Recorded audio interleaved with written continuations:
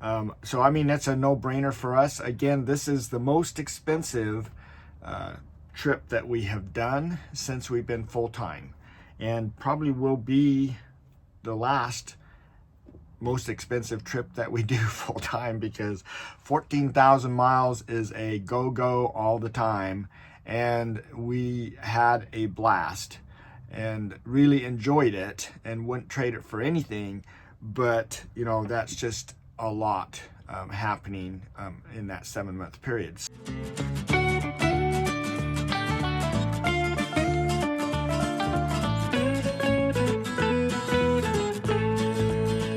Hey everybody, welcome to Tigner Adventures. Like we said last week, we're in Yuma, and one of the fun things about Yuma is we have a lot of friends here, and we're over having a party right now. And you guys don't have to quit talking. You can yell and scream or whatever, or kick us out or whatever. But anyway, so we're going to be talking about our summary of our trip this last summer. But one of the reasons we come back to Yuma is for all of our friends. Yep. That's what brings us back here. And interesting enough, I got a jacket on and Ninette doesn't, but it is cool. Feels good when the sun goes down around here. So, but anyway, let's get into talking about a summary of our trip. Yep. All right, I am in my new studio. If you guys have been watching this for a little while, you know that we picked up another motorhome. And so we have this one in storage, but the arrangement here is I can come over and work on it anytime I want. So we got a lot of work to do on it, and we're going to be covering that in several videos going forward. We're going to be talking about all the things that have to be done and then the process of doing those things. So, but in the meantime, I'm just going to use it as a fairly quiet place to record this summary. So you can see the trip is a pretty good sized trip here. It's 14,000 miles and a couple after that. But anyway, basically 14,000 mile trip over a 7-month period. And if you look here, you can see the overall trip here. This is where we actually went. We utilized this software called Trip Wizard by RV Life. You know, we're affiliates of them. We do a lot of training videos on them. We use that to, you know, to plan the trip out. And we started planning this on some videos clear back in December. So that was basically about 5 months before we left. We started making plans and reservations, because like the ferry going over to Newfoundland, we got the last one that had a pet-friendly room for that time frame that we wanted to go. And so it's like, you got to start early when you're doing your planning. And so anyways, that was the big key there, was just to get that planning done and out of the way and start mapping out the trip. And when we do our mapping, we like to put everything in there. So we've got our gas stations in there, we've got our you know, stops in there, we've got little quirky things we want to stop and look at. If we're going stopping somewhere to go grocery shopping, I put all that stuff into our main map. So that's our little plug for now. But anyway, this is our big trip. And the thing is that we started over here in Yuma, and when we first started planning the trip, we wanted to go to Newfoundland. So you can see over here to the far right is Newfoundland, and that is the furthest east that you can go on the North American continent. Good morning, everyone. It is bright and early. And a bit nippy. We are at Cape Spears, Newfoundland, and we are at the furthest eastern point of the North Americas. That was pretty cool that we got to actually do that. So, but if you notice here on the map, we started in Yuma and we're working our way across the country. And as we kept going, we basically went over to the East Coast to our daughter's place, and then all the way up the East Coast, meandering back and forth. Ninette was like, can't you do anything in a straight line? So, but basically what I wanted to do was to hit all the states that we had not hit yet. So we just worked our way across all of the east area. We hit all the states. So we've now accomplished, you know, hitting all the states other than Alaska. And then we went on into Canada and over to Newfoundland. And so we got to spend, you know, 3 weeks in Newfoundland. And then we came back and, you know, overall we spent about 2 months in Canada. And then we came back into the US, into Michigan. Everyone always talks about the UP, so we had to go up to the Michigan Upper Peninsula, and then we worked our way into Minnesota, where we have some friends and family. And then eventually we had to kind of cut our trip a little short by a couple weeks and get over to some family things happening in Utah. So we kind of just raced over to Utah, so we didn't do a lot between Minnesota and Utah. But, you know, we got to go see family, and now we are back in Yuma. So, what did that cost? That is a massive trip, 14,000 miles. Let's start with the camping costs, because people tend to think that, you know, it is expensive out there to camp. And so I've broken this spreadsheet up into several categories. So across here on the top, friends and family that we stayed with, boondocking that we did, parking lot docking that we did, harvest host, and later we included RV overnighters with that. So we've now joined them, and we're going to be dropping our harvest host, but we'll show you that. Boondockers welcome, we're definitely keeping that, and campgrounds, and then RV parks. So RV parks, we categorized, you know, even campgrounds that had full hookups, we categorize those as RV parks. So anything with hookups went into this category, and then the actual nightly cost and total for that particular stay. So you'll notice that the first few, if we go back over here and we just look, is like the first night we were 3 nights of boondocking, and so our total cost was $0. And then we parked in some parking lots. This is the Texas Welcome Center and a couple rest areas. Those were $0. So we started picking up some costs when we got to this campground here in Texas, and it's basically right next to Dallas, Texas. We stayed 4 nights, and that came out to $38.21 per night, so $152. So we work our way on down here and everything, and we're gonna get to these parking lots. So this one right here that we have on May 4th, if we scan over here, that's Cracker Barrel. We spent $21.30 at Cracker Barrel, and that's, I think that was for eating. We also bought merchandise and things like that. So some of the patronage that we did to, you know, Cracker Barrel was either eating or in, you know, just buying products. Same way with like a harvest host, you know, they want you to spend somewhere around $30-$35 at that site to say thank you for letting you stay there. So what we did is we took those costs that we paid for staying with them. That, I mean, we don't have a problem doing that.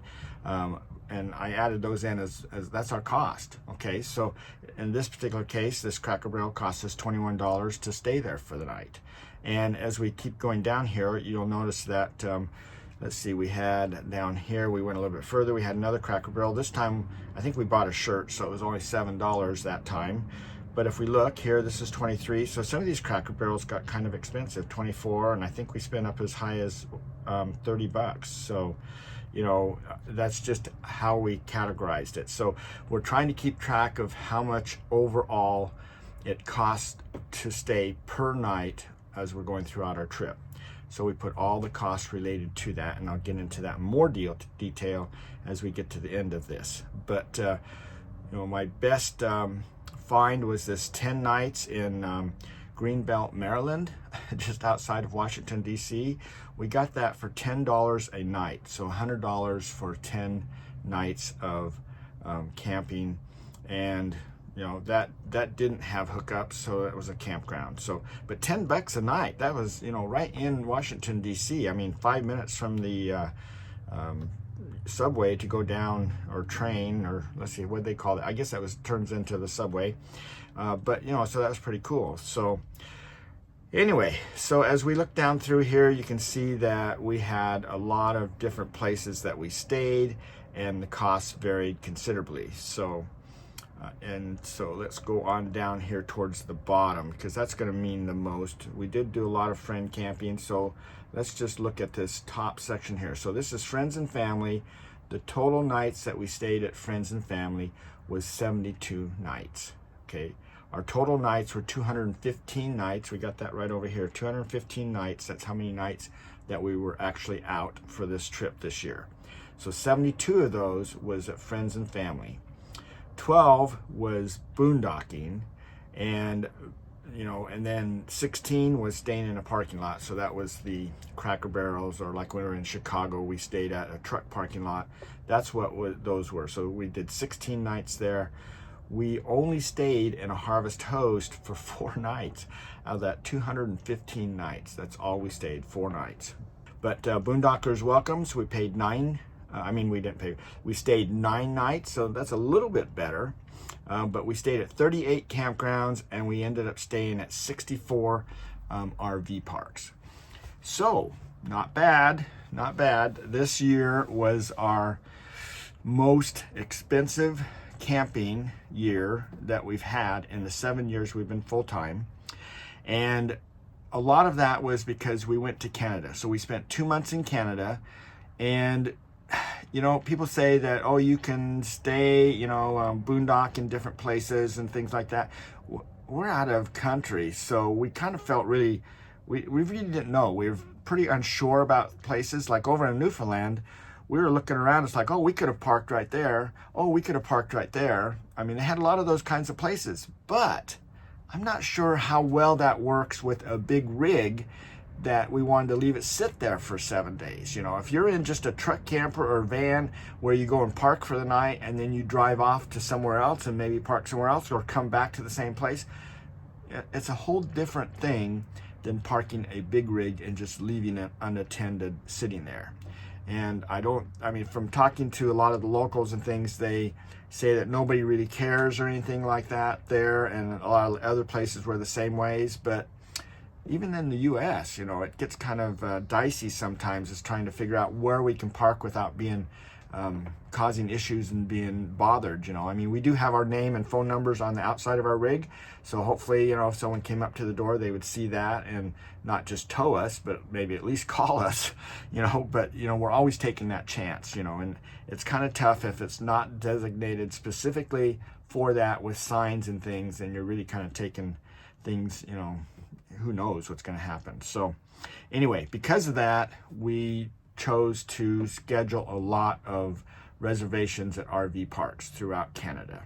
And that's why we have 64 places. And also the East Coast, very little boondocking. We did do a couple places. We boondocked fish hatchery places, or fish and game places, things like that. There are a few of them, but nothing like out in the West.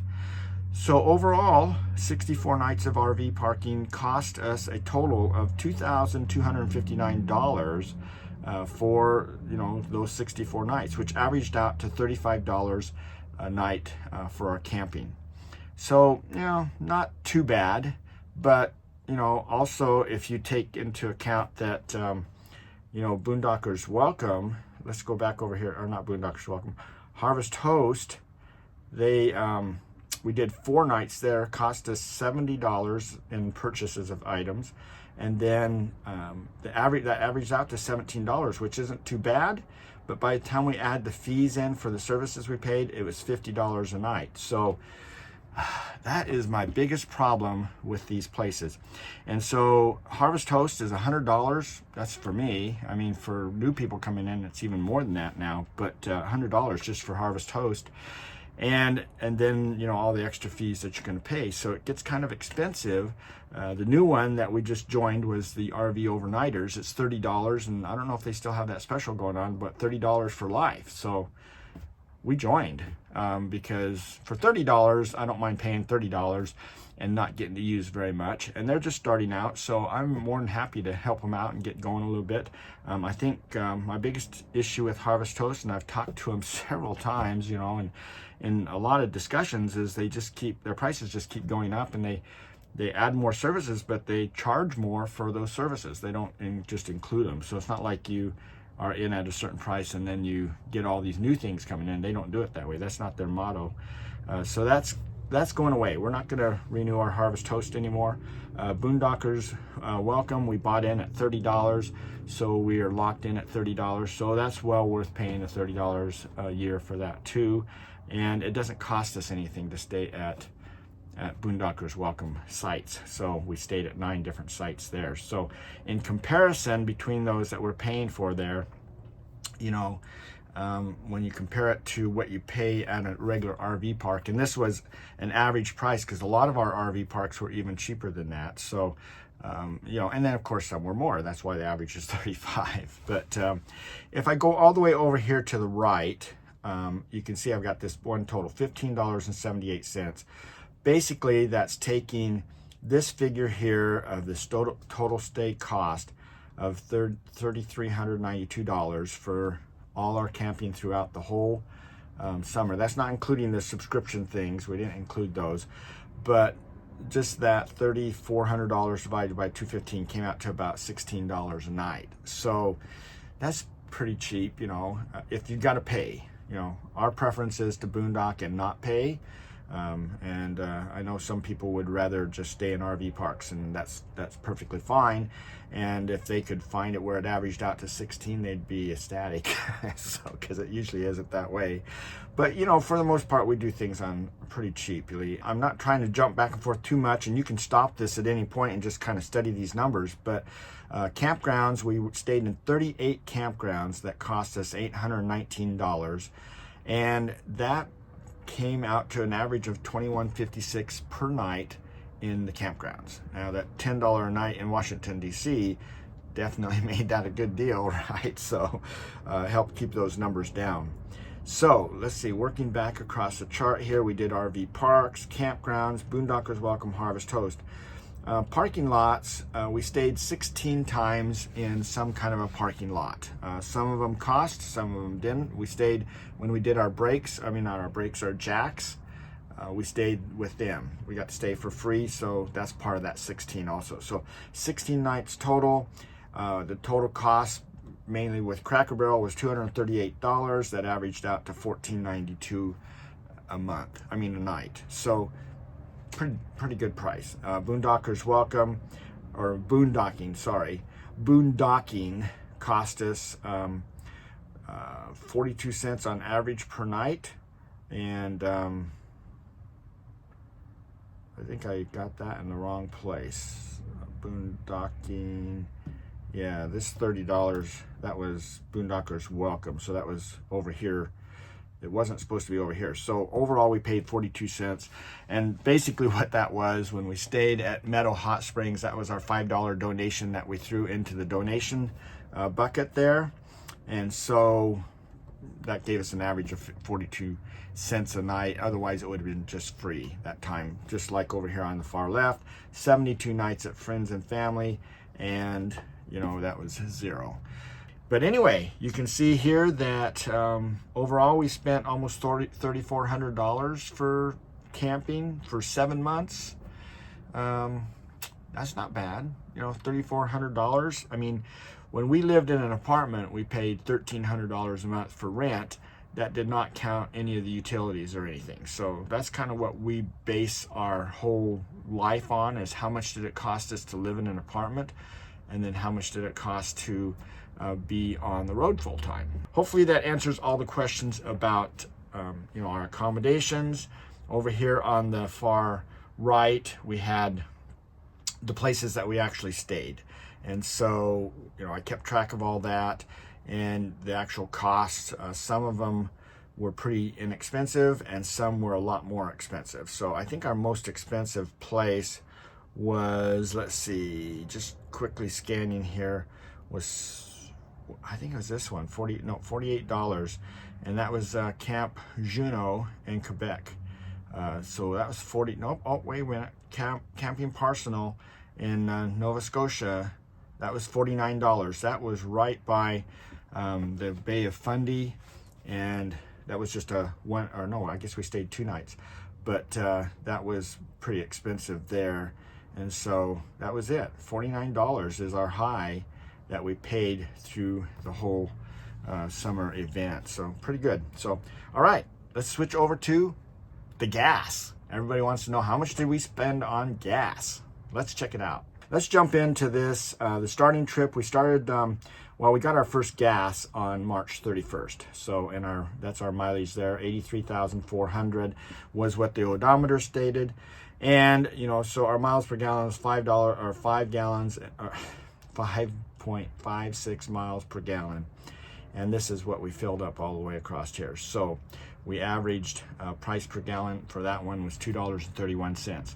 I'm going to tell you how I got these cheap prices, because a lot of people say it's not worth these discount cards, but hey, we saved some pretty darn good money, and I'll just go down through that. But you can see that as we went through here, I documented every time we got gas, and I did 1 fill up, 2 fill up, and 3, because, for example, if I was at Kroger, they had a max of 35 that I could get a discount on, and then it would shut off. So then I'd have to start filling up again. So that was the second fill up. And sometimes if I was especially using Gas Buddy, it would lock me out because you can only do so much per week, or you can only do so much per day. That's how that's broke out. So depending on how many times I had to keep going, all right? And when you're doing these discounts, some of them have a limit on how much you can use, and then you have to switch. For example, up here at the top where it says 25 right here, that's a Chevron, and we got $1 off per gallon for the first 25 gallons. So 25 gallons here, then it stopped, and then we used Gas Buddy to fill up this next 20 gallons. You know, Gas Buddy gave us 3 cents off, so not quite this good this deal as $1. But that's basically how this is laid out. And so we go on down here with the total cost, and I show you the total cost of the gas, the total gallons of those, if there's 3 of them, you know, like here, you know, overall it was 94 gallons, and what the average price per gallon was based on that particular fill up. And then over here on the far right, I have generator fill up. So if you look halfway down here, you can see we didn't use our generator very much at all this summer, but these couple times here we did end up using our generator. And so the generator runs off of our fuel tank, and so it takes 1.1 gallons to fill it up, to fill the generator up when it's empty. So I just put 1.1 in there, and it calculates out the generator cost right here. So it costs $1.71 to run the generator. And this one was 4.4 gallons, so it costs $11.44 to run the generator, because we didn't have electric hookup, and we didn't have very good solar wherever that was. And that could be some of those areas, especially early on in the trip, had a lot to do with the weather conditions, a lot of clouds and things, so we didn't get good solar. But you can see as we go down through here, there's a few places that we end up using the generator. So, you know, not too bad. So let's come back over here to the far left, and we'll show you that our total miles was 14,120. So just barely over 14,000 miles. And our average miles per gallon came out to 5.77 miles per gallon. Now, if you look up through here, like right here, we had 6.17 miles to the gallon. Here was 6.10, 6.1, 6.47. I think the lowest we had was, if I just scan through here really quick, I'm thinking the lowest we had was 5 right here. And sometimes that could be that maybe I didn't get the tank completely full before I, you know, I mean, it clicked and I just put it away, or whatever the case may be. You know, so that's why we kind of try to average it out. I mean, on this diesel pusher here, Bill was telling me, he says you keep filling up until you see foam come out of the fuel, and then you know the thing's full. Because one of the problems with figuring out the stuff is I think that it clicked once, and then I put it away thinking it was full, and then the next time when I filled up, it clicked, and then I started again, and it kept going and going and going again. So it's like, whoa, maybe I didn't fill it all the way up the first time. So that's when he told me, he says do it that way. So that can make a difference in that a little bit. So, but overall, we spent $7,400 on gas in this case, because that's all we had at the time was just gas. And that came out to 2,400 gallons of gas. So, and you know, so that was quite a bit. We used a total of 9 gallons of gas of that 2,400. Let's see, it says 2,409. Well, we used 9 of that for the generator, so 2,400 gallons for us. And and our average price per gallon, $3.08 is what we averaged out to. So not a bad deal. going across there, and that's taken into account. If we go down here, our lowest price we paid for gas, $1.49 per gallon, and the highest we paid was in Newfoundland. They win at $5.19 a gallon. Now, you know, in Canada they do everything by liters, so you know that's converting it to gallons. It came out to $5.19 a gallon, and you know it wasn't just like a couple of gallons. Like in the $5.19, we did 21 gallons or 22 gallons. When it was $1.49, we filled up with 36 gallons. So our average fill up typically was around. We want to usually get over 35 gallons that we're going to put in there, and we try not to get more than 50 at max. Because our tank is only 75, so we always like to have a reserve, especially if we want to use the generator, which we don't have an onboard generator anymore, but I use the spigot that used to feed gas to that onboard generator. I took out and put my AC in on Beulah. I use that to fill up the little generator. So I put a little pump in there, and it'll pump it out of the main tank into the little generator. And so you have to have at least a quarter in there, otherwise you can't pump any more into the little generator. And I didn't want to carry an extra gas can around with me, and so that's how I do it. So I'm not carrying extra fuel just, you know, swishing around somewhere that I don't want it to be. So let's see, let's go over here to the right. I wanted to talk a little bit about savings. A lot of people say that it's not worth it, and you'll see, you know, some different YouTube videos out there that says it's not worth the money to do these savings cards, you know. And I ran into this especially with diesel, when you're joining these diesel programs and things. And you know, they can have whatever opinion they want. Everyone's entitled to their own opinion, but let me just show you what ours came out to be, because these are our savings. Chevron, we got 3 fill-ups, 25 gallons per fill-up, $1 off. So we saved $75 right there on fuel. Kroger is our biggest winner. We buy our groceries there, gift cards, everything that we can to build up points. Overall, this summer we saved $924 on you know, fuels. Gas Buddy, that's, you know, it's a little bit of a savings thing, and that one probably causes that's probably causing you more headache than it is to use it, kind of thing. But we did save $13 using Gas Buddy. And typically what we did is we'd fill up with Kroger for 35 gallons, then we'd use Gas Buddy for the next 10 gallons or something, and save extra 3 cents off per tank. Sometimes, depending on where you look at, and even there's a couple other ones out there. Sometimes you can get better savings than 3 cents per gallon. Some places you can get 12 cents. I've seen 12 cents, you know. Usually the way it works is it's 12 cents, and then the next day when I get there, that's gone and it's back to 3 cents. So, you know, it's just the games they play, right? But overall savings, we saved over $1,000 on our gas costs. So if you look back over here, and we spent $7,400 for gas, that means that would have been $8,400 for gas. So pretty decent deal, pretty good savings there. So only $7,400. So camping was $33.92.29, gas $74.10.90.